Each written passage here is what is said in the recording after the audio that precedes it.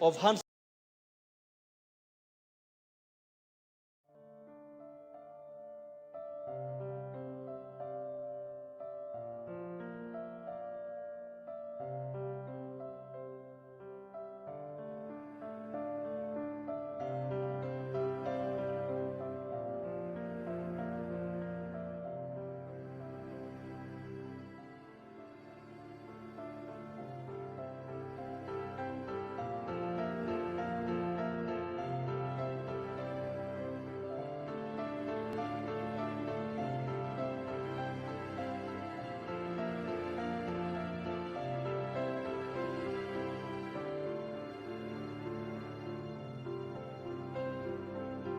Fourth session.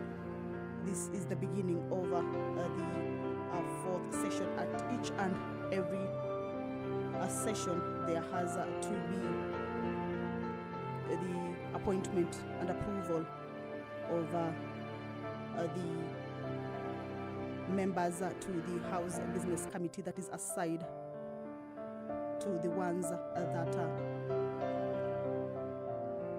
are not nominated. That is the Speaker, Leader of Majority Party, Leader of Minority, and the whips of the both sides. So the 9 other members shall be nominated by parliamentary parties and approved by the House at the commencement of every session. And this afternoon marks the beginning of that particular session. So basically, there will be no any other business that is expected to be transacted this afternoon. Remember earlier on I told you that the House Business Committee is the one that sets the business that is to be transacted by the members during and at each and every plenary sitting.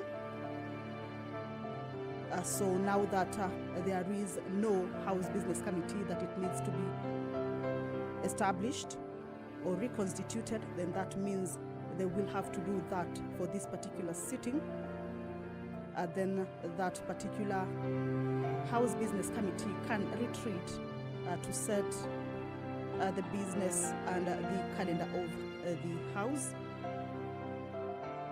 So the 9 members shall be nominated by parliamentary parties and approved by the House at the commencement of every session, of course reflecting the relative majorities of the seats held by each of the parliamentary parties in the National Assembly, in taking into consideration the interests of parties, parliamentary parties, and independents. So, pursuant to the provisions of the House Standing Order 171, paragraph 1F, the list of the 9 members or the 9 other members who are set to join in this House Business Committee at the entrance of the chambers, that is the Speaker of the National Assembly, Honorable Dr. Moses Wetangula. As you can see, he's making his way into the chambers. He will be presiding over this afternoon sitting as the House begins its 4th session. Allow me to hand you over to this live broadcast brought to you by PBU in partnership with KBC. Good afternoon. Waheshimiwa, tuombe. Ewe Mwenyezi Mungu ambaye kwa hekima na wema wako umetoa nyadhifa za viongozi wa mabunge kwa ustawi wa jamii na utawala wa haki wa wanadamu, takusihi utazame kwa neema nyingi sisi watumishi wako ambao umeridhika kutuita kutekeleza shughuli muhimu za jamhuri yetu. Tunakuomba uteremshie baraka zako sisi tuliokutanika hapa, na utujalie tuyatende na kufikiria mambo yote atakayofikishwa mbele yetu kwa njia ya haki na uaminifu, ili utukufu na sifa zako siendelezwe, na ili kustawisha amani, ufanisi na heri ya nchi yetu na wale ambao haja zao umezikabidhi mikononi mwetu. Amen.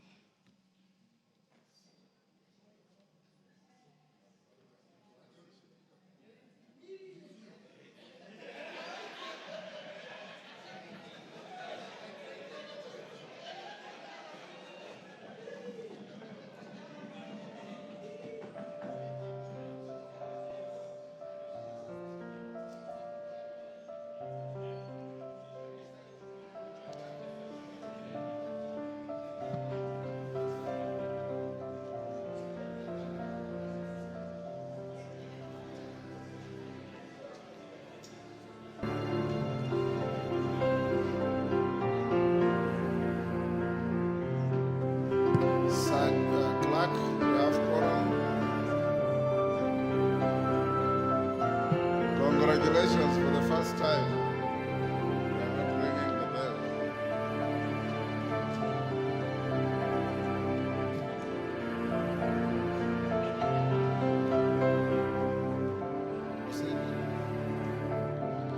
Order number 1, administration of oath. Order number 2, communication from the chair. Order. Order. Order. Honorable members on their feet, near seats. Take the seat. Order, honorable members. Order, take the nearest seat. Come, Kate, take the nearest seat.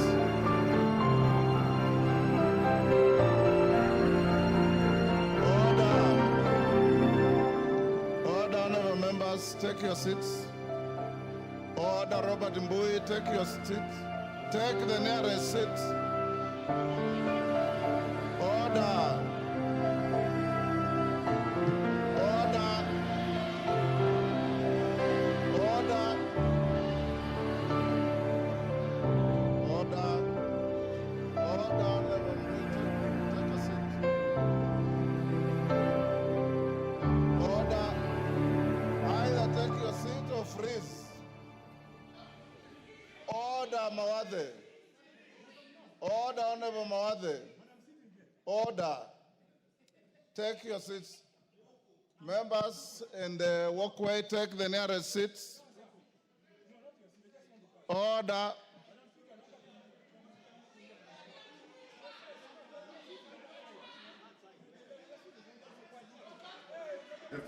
Order, Honorable Mawade. Order. Order. Honorable Mawade.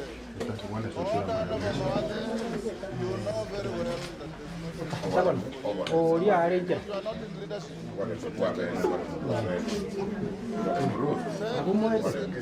So that we can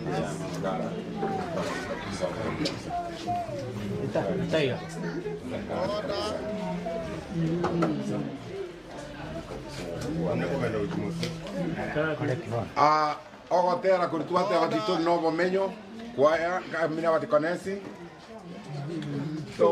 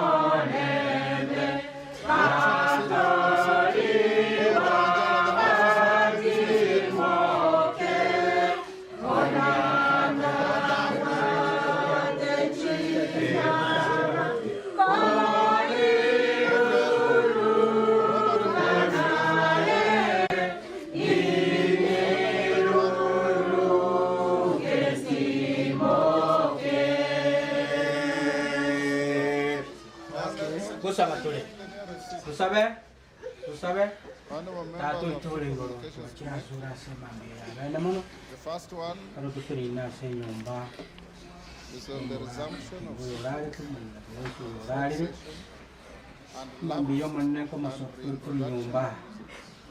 Anda bukia Honorable sikanisa members, rola I wish to akolera welcome you back kusangere House kano for gwiri. the fourth session of the third Kotwaliwo meeting. sabama yawo n'ebisi ebingi I trust that you had a tutangana restful and joyous Christmas and New Mole Year. nolenda abaana bayo bagatasa ekirabana n'abakikulu bonsi n'abayiri abarakyasira etukere.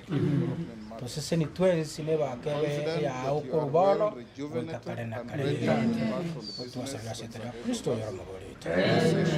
Which Diamono? marks the midterm. ngosoka tuli nyancherendete pasta suira sikifungo ngankio kwa nyasa sinsenye tusuke togende ruguru pasta karibu 16th January Tusukanire sheria. 2025, during which Tusukanie mbele za bara sita.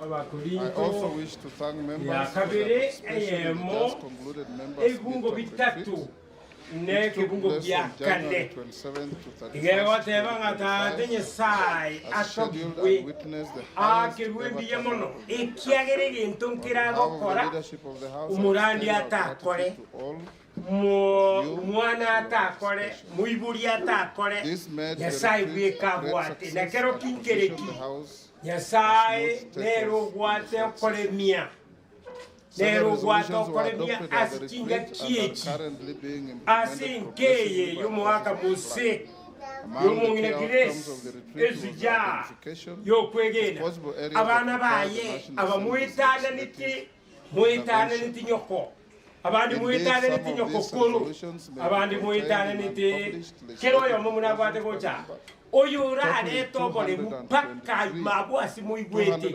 inyasa nakipawulo atebera ng'aki nero gwanda okole ni wesi ikiagerere naimanyiti paka bwasi muigwete nere twareko basabira abawo obole muobwo ekero mokoenie nyoko esike yokwegena abobole munga igati mokire emambieria yemonga mumirane nere nabaumire ekiagerati mukaso okwegena ngobo gusaba gweito weterasi Yesu Kristo motorio ito and strengthening the oversight function Tusabe. of the House through its committees. omonene dade nyasaye asamariga mayayo y'omogoko y'obwanchani togwitera ase eng'enjo ya omwanjwa omwana ominto bw'okwegena omoiboibwa abaana na ninakora abaana omukristo tate nyasaye abakristo bateneine bamwetanaine bamukizangi bamwe aba badekonesi balisia bonse twawakeire mbuya muno asoko muleta grace Honorable members, on matters of Asensi. social health, grace you will omenyire recall that there were muna concerns by members ezuja about yokwegena simplification and also omoreri gwogokumia being received from omotwinyaniyo people regarding the management wegalitukarai of transition ekana turase nyangi yaye niga twabekire ebiro biri yonsi wakorire kurumaega muna kwayekeranirie neyitubwata ase rituko ria rero enyangi eye tande nyasaye oyetenenere egende nsi y'oburendi bwawo n'omweri oye tukwiraniria mbuya mono otiga abanyamwanda batigire magega bakogendera gukinasa okwigendera abakristo bonsi n'ekenyoro eki ekegima twasabire gwetera ase erieta rigiya ria Yesu Kristo omotori oito of the following 18 Chama pasta today tosoke isiko twensi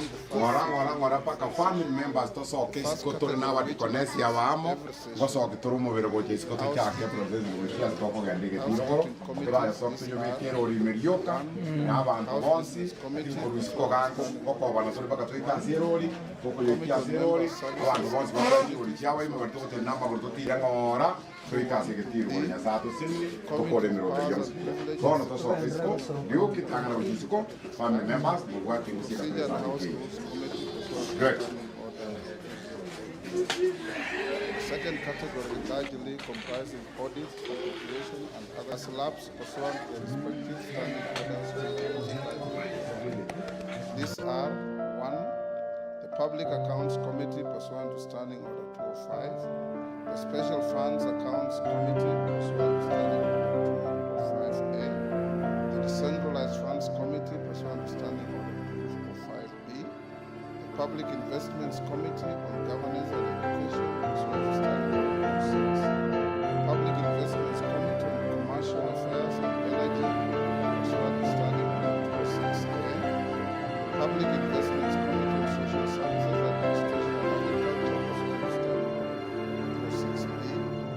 Budget and Appropriations Committee pursuant to Standing Order 7, the Public Debt and Privatization Committee pursuant to Standing Order 7A, the Public Petitions Committee pursuant to Standing Order 208A, the Diaspora Affairs and Migrant Workers Committee pursuant to Standing Order 208B, the Committee on Implementation pursuant to Standing Order 209, the Committee on Delegated Legislation pursuant to Standing Order 210, the Committee on Regional Integration pursuant to Standing Order 212, and the Committee on National Cohesion and Equal Opportunity pursuant to Standing Order 2127.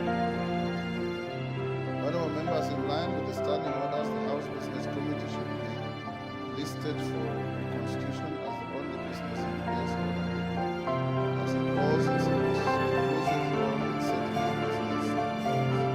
Thereafter, the House Business Committee will receive and consider recommendations from the Committee on Selection and Constitution of Candidates and Candidates, including any consideration of changes to other committees. Aware that at the beginning of last week, the clerk of the leadership of the majority and minority parties expedited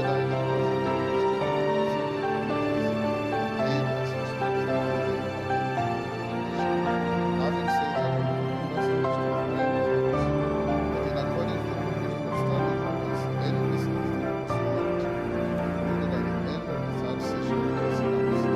This includes any pending motions, statements, questions, and certain bills.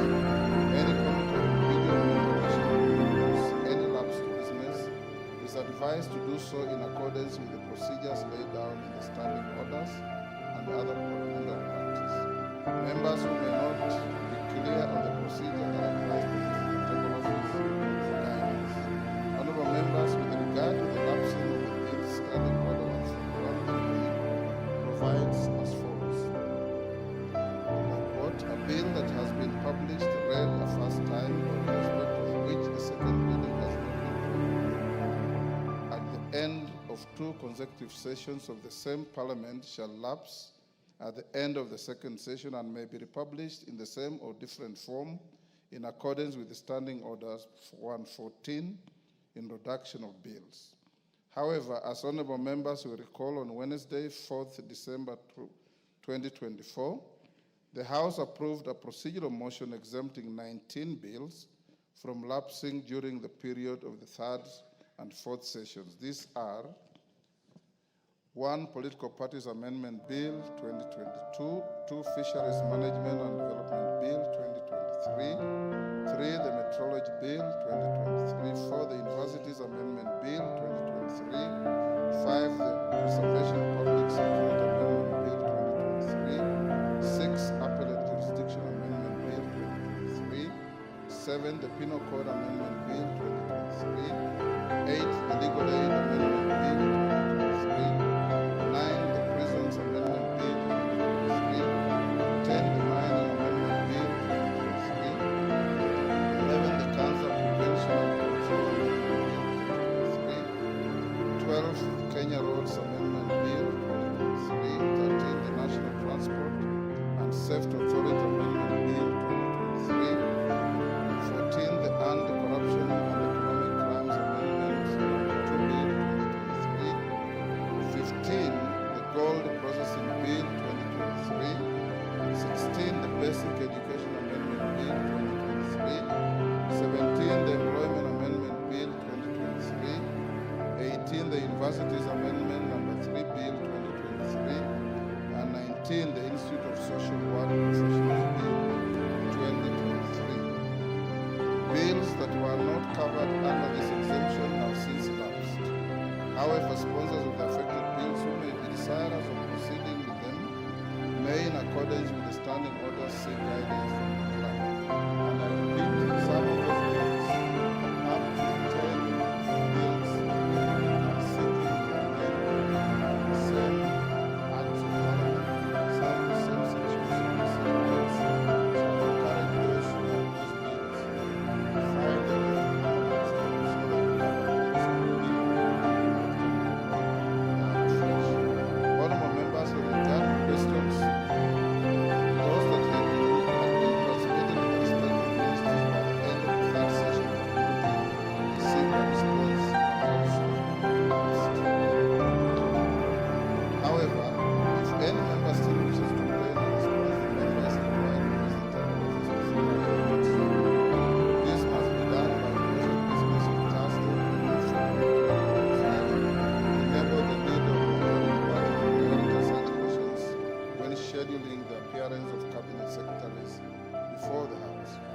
For avoidance of doubt, any questions that have not been transmitted to the ministries, constitutional commissions, and independent offices have also lapsed.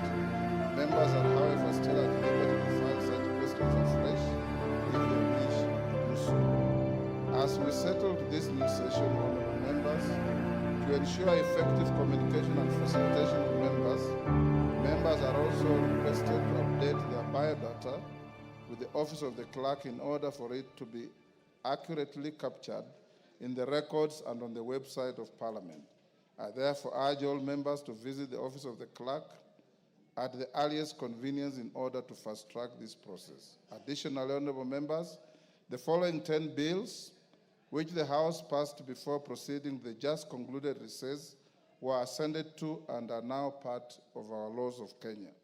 The National Rating Bill, National Assembly Bill number 55 of 2022, the Statutory Instruments Amendment Bill, National Assembly Bill number 2 of 2023, the Water Amendment Bill, National Assembly Bill number 33 of 2023, the Ethics and Anti-Corruption Amendment Bill, National Assembly Bill number 11 of 2024, the Kenya Roads Amendment Bill, National Assembly Bill number 18 of 2024, Kenya Revenue Authority Amendment number 2 Bill, National Assembly Bill number 35 of 2024, the Division of Revenue Amendment Bill, National Assembly Bill number 38 of 2024, the Tax Procedures Amendment Bill, National Assembly Bill number 46 of 2024, the Tax Laws Amendment Bill, National Assembly Bill number 47 of 2024, Business Laws Amendment Bill, National Assembly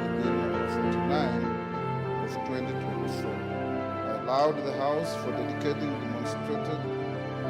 dedication demonstrated in the passage of the said laws and urge that as we commence the fourth session, we undertake our legislative duty with greater enthusiasm in order to achieve more. Finally, honorable members, as we embark on the fourth session, I'm confident that the House will continue to build on its commendable performance in the consideration of key legislative business and other crucial committee business. Let us remain committed to serving the people of Kenya with diligence, integrity, and efficiency. With that, honorable members, I once again welcome you back and look forward to a productive fourth session. Thank you. Honorable members, at the door, take the nearest seats. I have another communication to make.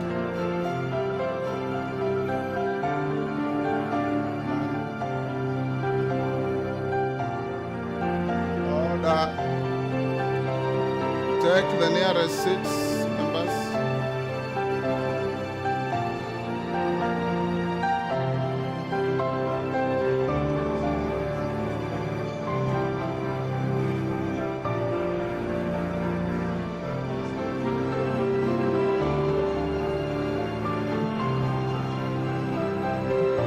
Members in the walkway, take the nearest seats.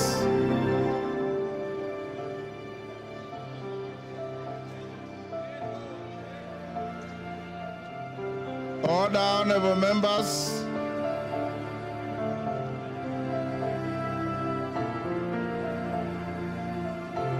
Take the nearest seats. Honorable Nabuin, take the nearest seat.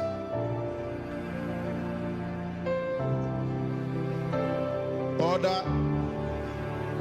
Order. Order, honorable members. Order. Honorable members, the next communication. Order, honorable members. Order.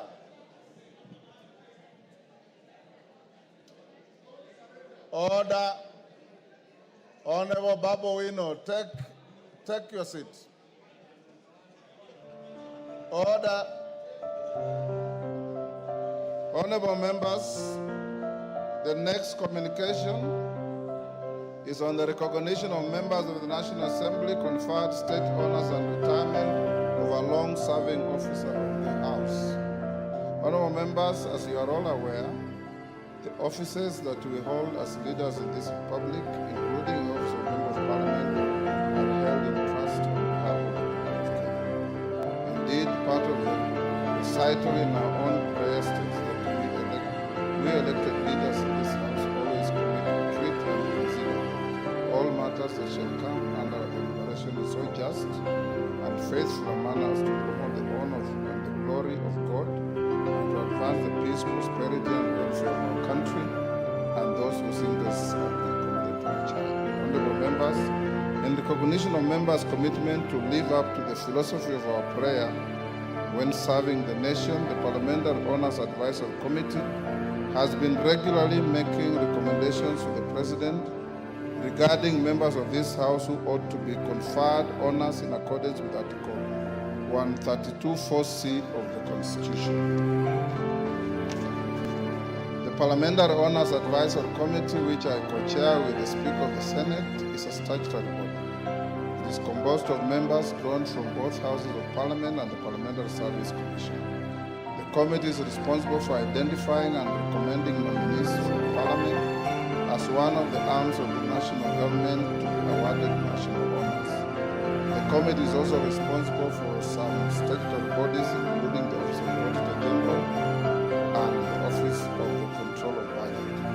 To this end, honourable members, the committee in 2024 recommended some members of Parliament and staff for the award of national honours. This was done through a rigorous consideration, including seeking the views or objections of the public on the proposed nominees and taking them into consideration in determining the final list of nominees. In this regard, I wish to inform the House that several members of this House were conferred state honours by His Excellency the President during the 61st Jubilee Day celebrations held on 12 December 2024 in recognition of their distinguished service to the nation in various capacities. Top on the list of honours is the Honourable Junaid Sheikh Nur Mohammed, CBS, MB Leader of the Majority Party, who was conferred the Elder of the Golden Heart, EGH. Alongside him are the following members who were awarded the Chief of the Order of the Burning Spear, CBS. The Honourable Faith Gitau, CBS MP. The Honourable Patrick Macau, EBS, CBS MP. The Honourable Muhammad Ali, HSC, CBS MP. The Honourable Raphael Wanjala, CBS MP.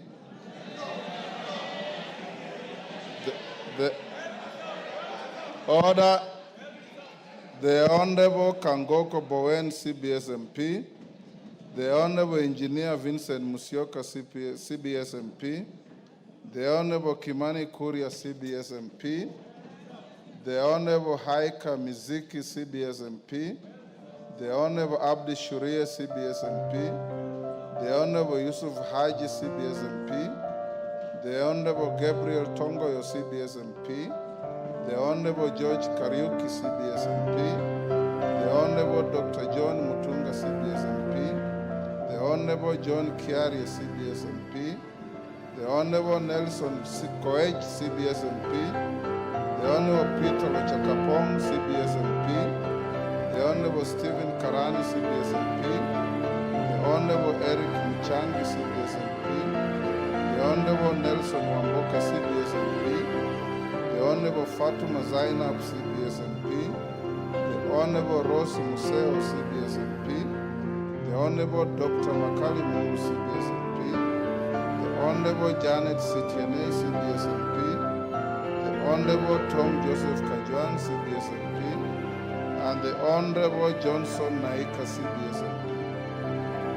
Honourable members will note that the members conferred state commendations are members of the Parliamentary Service Commission, chairpersons of committees, and other ranking members who served for more than 3 terms.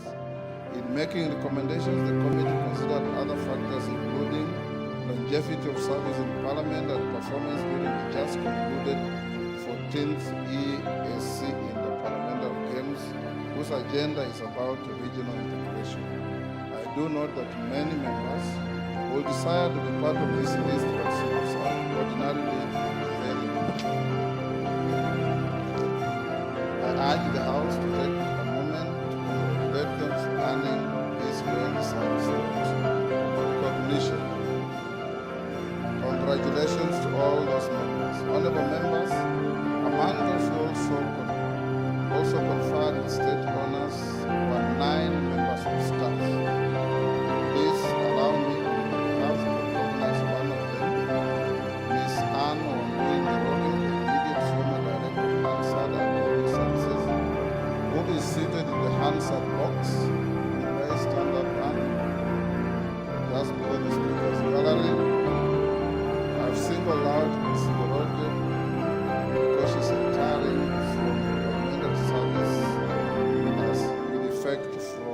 last week, Friday, 7th February 2025.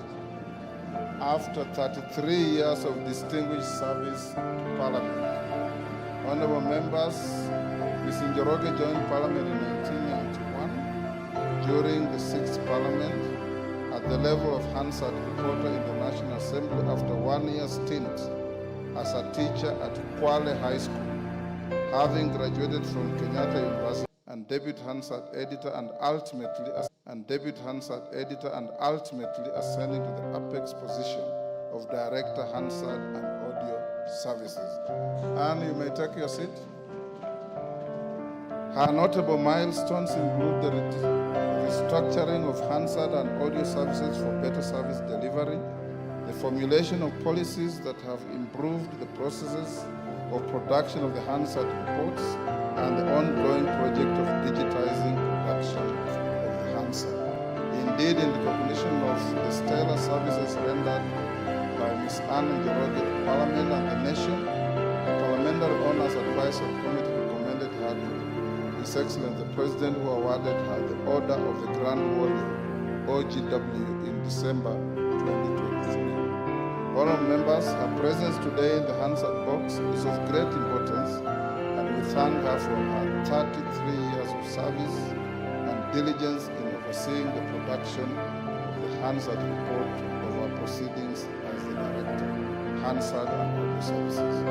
On behalf of the National Assembly, the Parliamentary Service Commission, and indeed on my own behalf, I wish to thank Ms. Anne Njoroge, OGW, for the more than 3 decades of her dedication to the service of the Parliament of Kenya and indeed to the Republic of Kenya. We congratulate and wish you well in your next phase of life and retirement.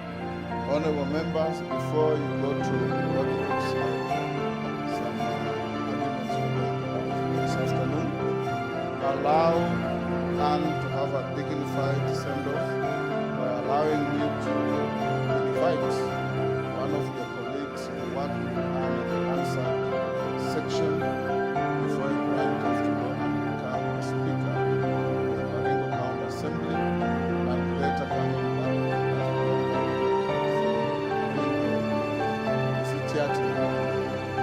the Honorable Kamkins.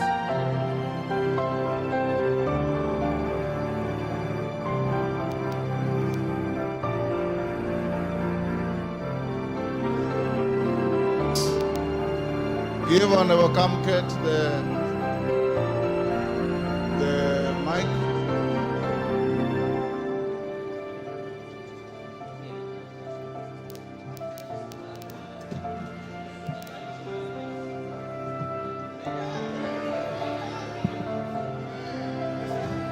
Thank you very much, Mr. Speaker. Kamket, yes.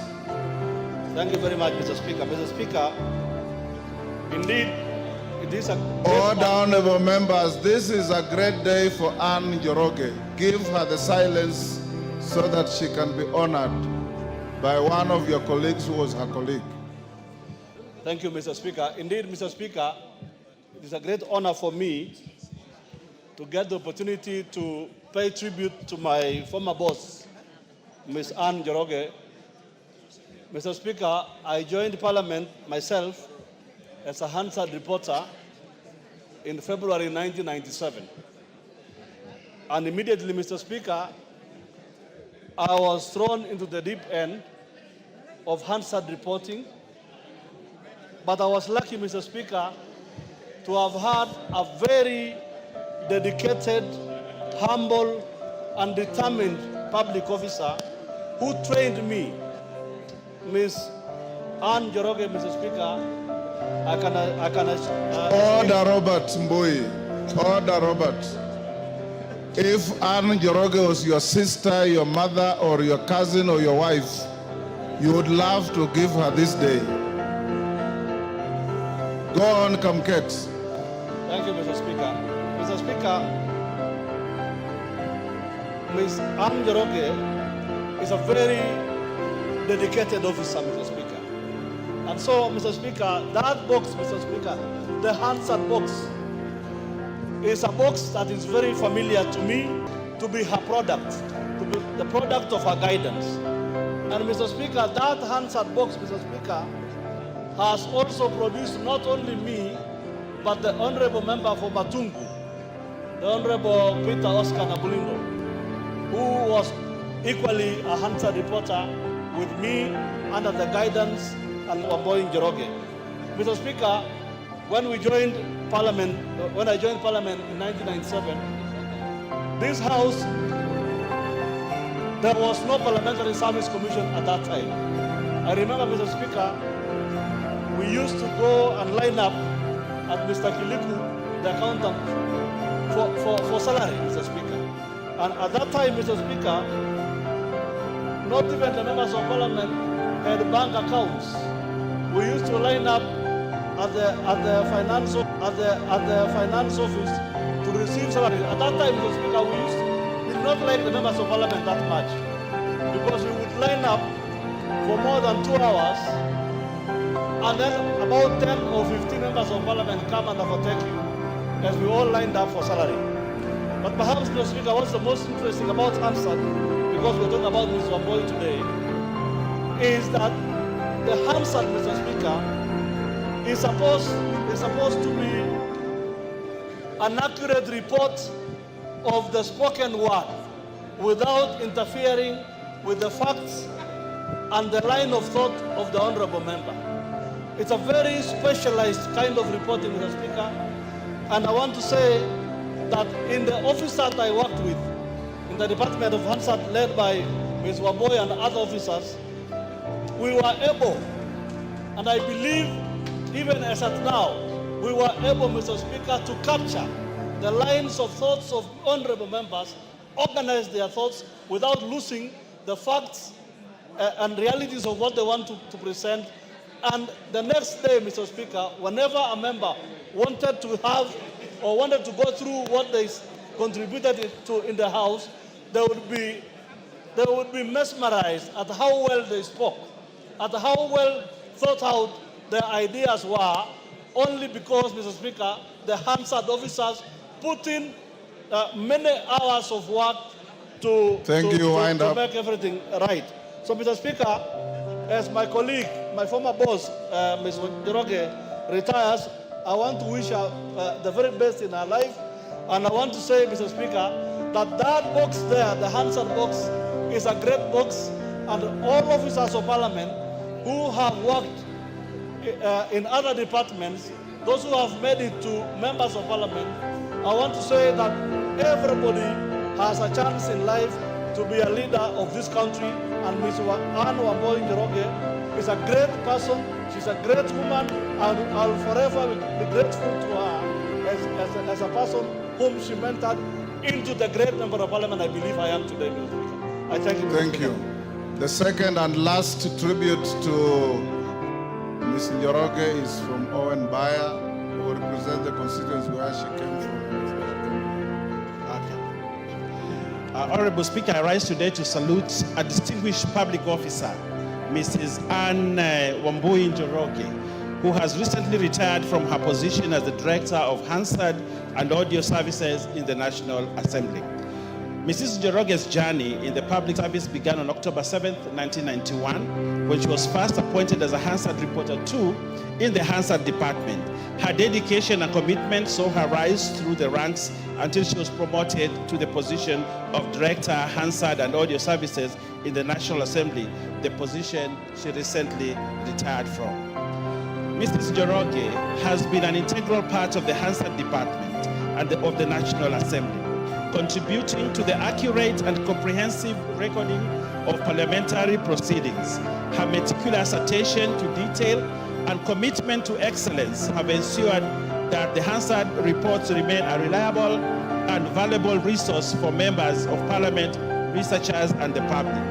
Honorable Speaker, before joining public service, Mrs. Njoroge served as a teacher at Kwale Boys High School, where she taught many students, including Mike Mbuvi Sonko, former Makadara MP and second Nairobi County Governor and first Senator of Nairobi County in Form 2 in 1990. Honorable Speaker, Mrs. Njoroge's tenure has been has seen her work alongside many prominent figures in Kenyan politics, including the late President, His Excellency President Mwai Kibaki, the late Honorable Michael Wamalwa, the late Honorable Jaramogi Oginga Odinga, the late George Anyona, the late Honorable Martin Shikuku, the late Honorable Henry Nthenge, the late Honorable Kenneth Njindo Matiba, the late Honorable Jeremiah Nyaga and his sons, the Honorable Norman Nyaga and the late Joe Nyaga, the late Honorable David Mwenje, the late Honorable William Olen Timama, and the late Honorable Bonaya Godana, to mention but a few. I'm also told that she taught the Honorable Mashetani, the former MP for Lungalunga. She recalls memorable events, Mrs. Joroge, such as one, members' induction in 2013, where she presented on parliamentary privileges and gave the example of Honorable George Nyanja, the former MP for Limuru constituency, who jumped the fence along Uhuru Highway in the 1990s to avoid being arrested. She also recalls the firm chairmanship of the late Honorable Anyona as the chairperson of the Public Accounts Committee, and the late Jaramogi and the late Kijana Wamalwa as their chairpersons of the Public Investments Committee, the Honorable Anyona Speaker. Honorable Speaker, Mrs. Anne Wambui Njoroge's contribution to the Hansard Department at the National Assembly has left a lasting legacy. Her unwavering dedication and professionalism have set a high standard for all who follow in her footsteps. As we recognize her invaluable service, let us extend our heartfelt gratitude and best wishes for her future endeavors. Honorable Speaker, please join me in recognizing and celebrating on a remarkable career of Mrs. Anne Wambui Njoroge. Honorable Speaker, I would like to salute and I give you the greetings of the Leader of the Majority, Honorable Kimani Ichung'wah. Thank you very much. Honorable members, can we have a foot thumping for Mrs. Njoroge? Thank you, Mr. Speaker, for giving me this opportunity. Mr. Speaker, let me take this opportunity to wish all the members Happy New Year, to congratulate all the members that have been awarded, and also to congratulate Anne for the amazing work that she has done for the Parliament. And Mr. Speaker, also just my concern as a woman leader, that I hope that when you have a woman rising to that level, that there will be another woman who will be able to either go that high or to a level almost as high, because women are not usually represented at that high level. Mr. Speaker, having said that, and even in acknowledging the members, I know that your committee forgot me, but you will correct that in their words. But having said that, Mr. Speaker, I wish to stand. Yes, I do have a CDS, but I also want to rise. I'm still doing good work. Mr. Speaker, if I don't praise myself, who will praise me? Mr. Speaker, I wish to stand under standing order number 19A and 20. Mr. Speaker, of our standing orders, Mr. Speaker. And Mr. Speaker, I wish to indicate further to a court decision, the High Court decision. Order, Millie. Take your seat. I know you did see me in my chamber and indicated you raise a matter that you're trying to raise. I'll give you an opportunity, but let's finish with some preliminaries first. Clerk, order.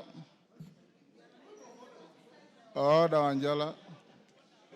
Order number 3, messages. Majority.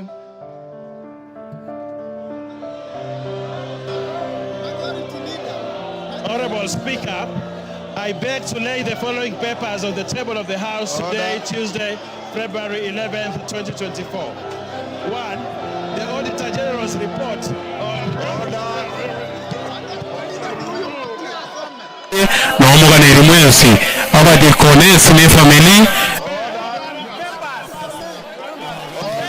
asebana yeliwati nawe abali baitu bali barwa isikoye county omuganira igetent iwe muganira wamaya antu baganira tiamaya oyikomoro olyoyo oerire maiga abakichibicha ebagen Order. sai Take your abasiri seats. yamono sana Order. yamono Take your seats. gichinke mu biliongo chakore Order. no mungino ringe bwa masikani naende nabo tugane tinga Order, members. masikani yaye agendere go ikomoro bilio erire enyangi Order. yaye ganiwe ase umurori bwa masikani yamono. I will order that matter to be stayed. Let me hear Millie Odhiambo's point of order. Order. Millie Odhiambo, I'll hear your point of order.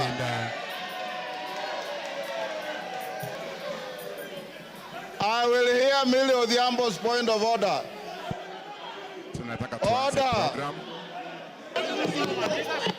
Order. Wale wageni wote wamefika, tunasema karibu sana. Honorable members, take your seats. Millie Odhiambo. Thank you, honorable members.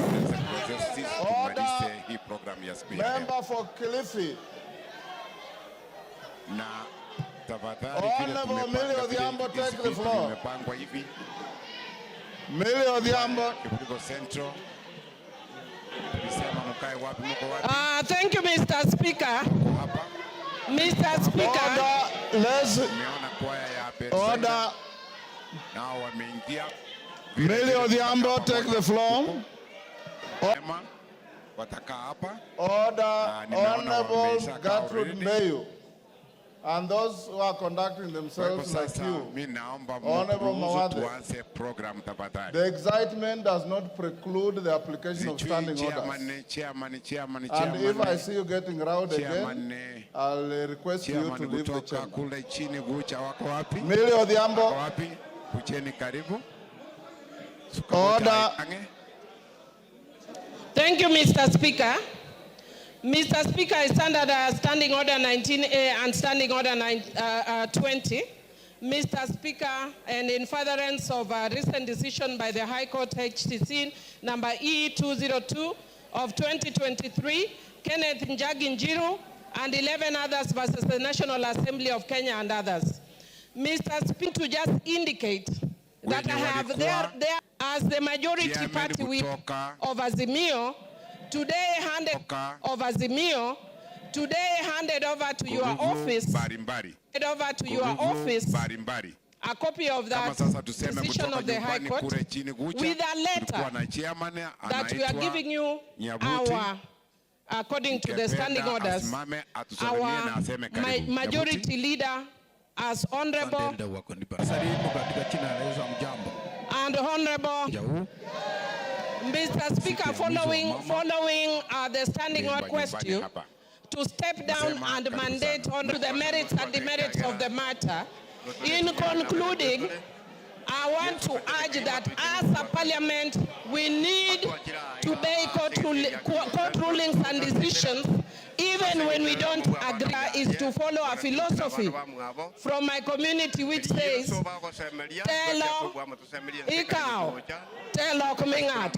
So next time they should do what Honorable Ruku did. Jump if you have to, but take your position the way Honorable Millie has done. Is that part of your point of order? No. Mr. Speaker, I said as an orbiter.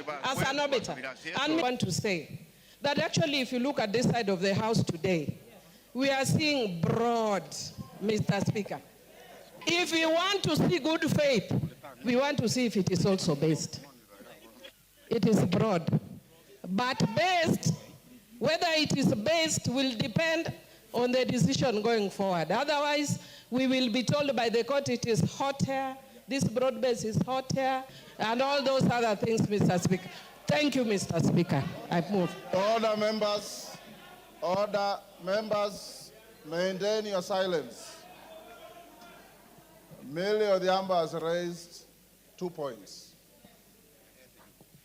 One I'll dispose of very quickly, and the other I will allow the House some latitude. As to whether the Speaker, yours truly, should preside over these proceedings or not, I'll dispose it of as follows. Yes. One, There's no motion before the House about the Speaker. Number two, I am a senior lawyer in this country, and I'm your senior today. That judgment does not cast aspersions on the Speaker presiding on such proceedings. Number three, in similar situations, in the 10th Parliament, a motion was brought and the motion went the way it did. Number four, in the 7th Parliament, when I was a fresher in this House, the Honorable James Orengo, or one of the then Ford Kenya members, brought a motion to discuss the conduct of the then Speaker, Francis Xavier Kausai Olekaparo. Kausai Olekaparo presided over the proceedings. The motion was debated and put to a vote, and it went the way it did. I'm sure you know that neither Muturi nor Kaparo left office on the basis of any motion. Number five, you as truly as your Speaker does not debate, does not vote. I hold a position of honor to preside over your proceedings. Anybody who wants to say anything about this judgment, I'll give you an opportunity. And it's finally going to be yours on the matter. It will be made very clear as we listen to each other that neither the court nor any authority outside this chamber, and senior lawyers like Otiendo Molo should know this, neither the court nor any other authority outside this chamber can make declarations that affect the conduct of business here in Kenya. Yourselves, by voting and by the Speaker giving you. Number seven, we sit here as a quasi-judicial body.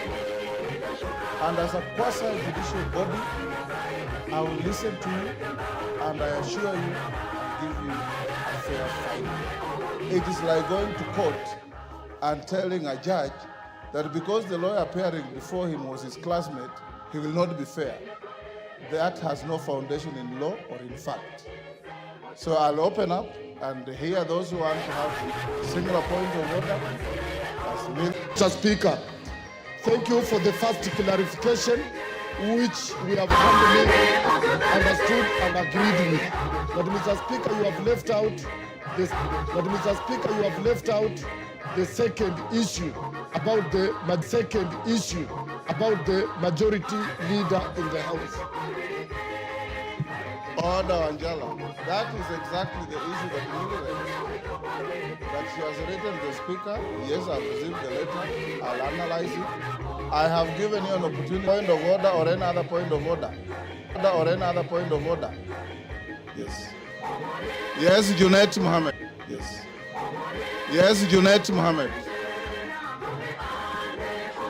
Mr. Speaker, first